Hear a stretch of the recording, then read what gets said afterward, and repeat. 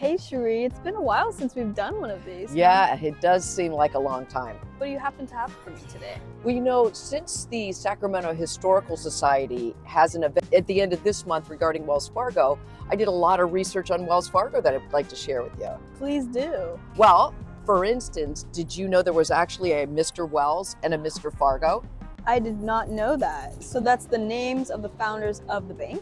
Yes and no. That was the name of the founders, but when they first started out, they weren't a bank. They were a courier service. These two very smart guys out of New York decided to take advantage of the gold rush. They did a courier service from the West Coast to the East Coast. So what did they start with? Well, you would think it would just be gold, but they started with gold and gold dust, and then they started moving mail, which was smart, and finally financial services. Oh, wait, is that why they use Stagecoach in their advertising?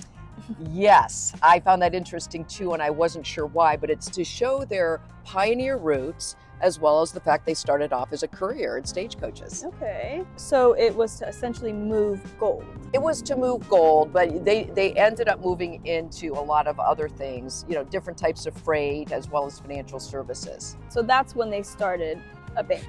Yeah, and it's a good thing they decided to get into banking as well, because that's about the time that the railroads came in the 1850s, and so there wasn't as much need for a courier service. Okay, so when did they start being a bank?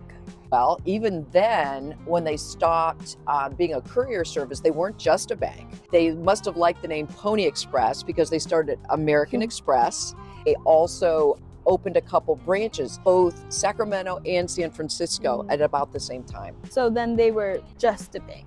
You know what? They were never just a bank. Like I talked about earlier, they did American Express, and then they joined forces in Sacramento and formed a gas company. I did not know that. I would have never known it either had I not done a deep dive for the Historical Society. Thank you for sharing. You're very welcome.